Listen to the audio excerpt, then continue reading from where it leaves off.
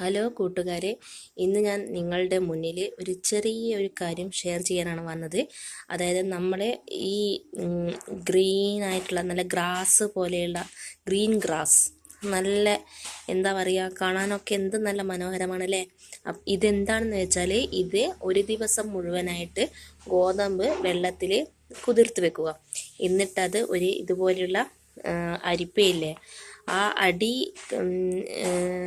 ഉള്ള അടി ഇങ്ങനെ ഹോൾസുള്ള ഏതെങ്കിലും ഒരു പാത്രം എടുത്തിട്ട് അതിൻ്റെ മീതെ ഒരു തുണി നനച്ചിട്ടിട്ട് ഈ ഒരു ദിവസം കുതിർത്ത് വെച്ച ഗോതമ്പ് കുറേശ്ശെയായിട്ട് എടുത്തിട്ട് നമ്മൾ നിരത്തുക തിന്മേൽ.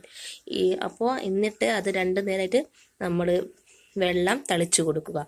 ഇങ്ങനെ ചെയ്തിട്ട് ഒരു 5-6 ദിവസം കഴിഞ്ഞാൽ ഇതുപോലെ ലീഫുകൾ മുളച്ച് വരുന്നതായിട്ട് കാണാം.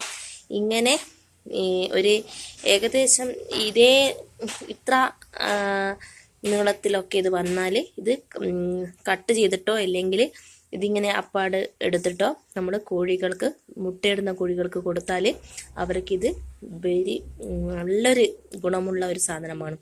ഇത് അവർക്ക് പ്രോട്ടീനും ഒക്കെ ഫൈബറും ഒക്കെ അടങ്ങിയിട്ടുള്ള ഒരു സാധനമാണിത്. അപ്പോൾ ഇത് ഗോതമ്പ് നമ്മൾ ഇങ്ങനെ മുളപ്പിച്ചിട്ടുള്ള ഒരു ഇലയാണ് ഇത്. അപ്പോൾ ഇത് കോഴികൾക്ക് കൊടുക്കുക. എന്നാൽ നല്ല ഒരു ഫൈബർ കണ്ടൻമെൻ്റ് ആയിട്ടുള്ളതാണ് ഇത്. അപ്പം കോഴികൾക്ക് ഇത് നല്ല ഉഷാറായിട്ടുള്ള ഒരു എനർജറ്റിക് സാധനമാണ്. അപ്പോൾ ഈ കാര്യങ്ങൾ എല്ലാവർക്കും ഗുണപ്രദമാകട്ടെ എന്ന് പറഞ്ഞുകൊണ്ട് ഞാൻ ഇവിടെ നിർത്തുന്നു. Okay, bye bye, thank you.